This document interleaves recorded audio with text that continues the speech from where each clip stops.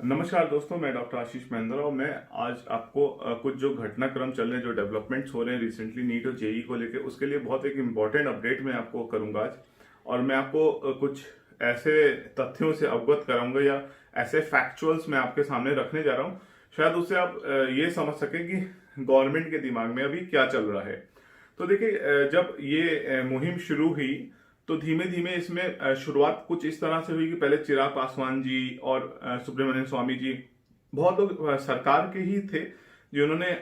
बच्चों का साथ दिया और इसमें आवाज उठाने में मदद की कि हाँ, नीट और जेई को हटाना चाहिए, पोस्टपोन करना चाहिए।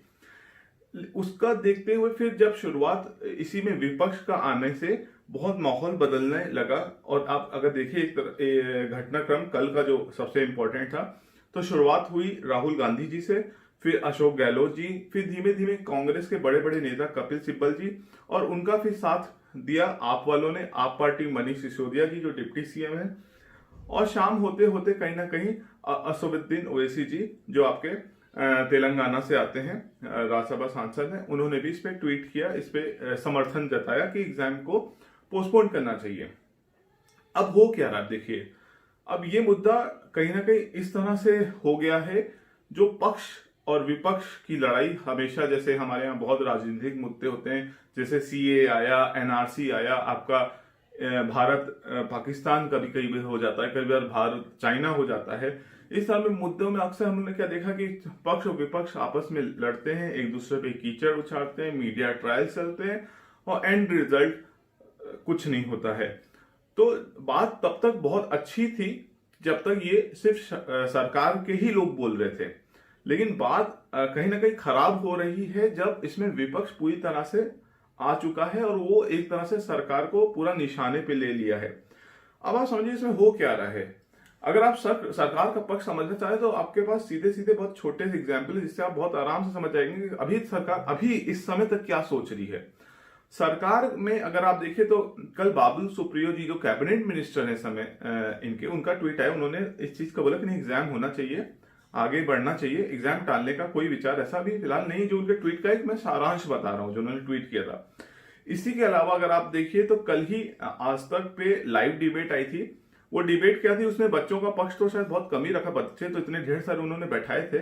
बट वो शायद कुछ किसी को बोलने का मौका नहीं मिला था, क्योंकि वो बहुत मिनिमम टाइम के लिए, मैं अगर कहूंगा तो सिर्फ 12 या 15 सेकंड किसी एक बच्चे ने बोला होगा उस पूरी डिबेट में। और उसमें जितने भी लोग बैठे थे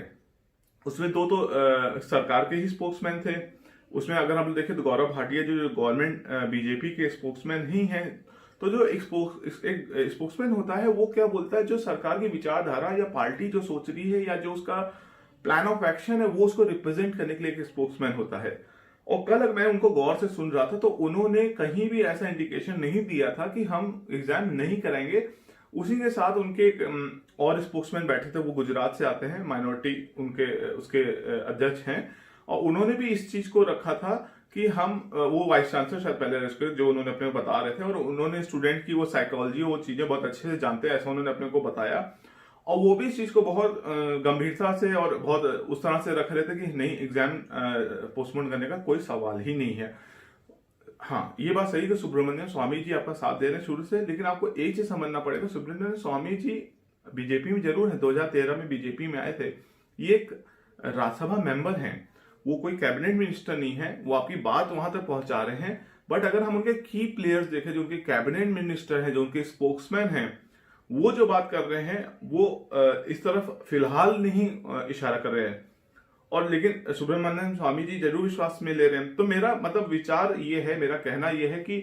अभी किसी कंक्लूजन में हम लोग नहीं पहुंच सकते। अभी आखिरी बॉल जो कोर्ट में है वो है पीएमओ के, और हमें लगता है ये जो मीटिंग 25 को होने वाली है संभवतः, जिसका कोई ऑफिशियल अनाउंसमेंट तो नहीं, लेकिन मीडिया में जो रिपोर्ट है उसके हिसाब से हम लोग मान के चले कि 25 तक कोई ऐसी मीटिंग होगी, और फाइनल डिसीजन शायद पीएमओ, क्योंकि इसमें खुद इन्वॉल्व है, होम मिनिस्ट्री खुद इन्वॉल्व है, तो इन लोग ही इसमें कोई फ्रूटफुल डिसीजन फाइनल लेंगे।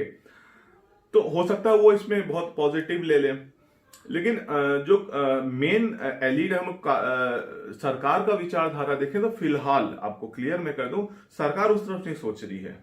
तो इसलिए आप पढ़ते रहिए, और बहुत ज्यादा इसमें हर्षोत्साहित, बहुत ज्यादा आप इसमें मतलब अभी बहिए मत, और हम लोग नहीं चाहते थे ये कभी पॉलिटिसाइज हो ये मैटर। ये एक नॉन पॉलिटिकल मूवमेंट था सभी बच्चों का और आगे भी है। इसमें हम लोग नहीं चाहते किसी को भी पॉलिटिकल गेन मिलता दिखे, किसी की ईगो जाएगी। तो सरकार को ऐसा रास्ता जरूर निकालना होगा जिसमें सरकार की भी कहीं ना कहीं ईगो सेटिस्फाई हो जाए, बच्चे भी कहीं ना कहीं उनका भी जो पक्ष है वो सुन लिया जाए और उसको एक्सेप्ट कर लिया जाए। हम इसी आशा के साथ आपसे विदा लेते हैं और अगली वीडियो जरूर आपको अपडेट करेंगे। नमस्कार।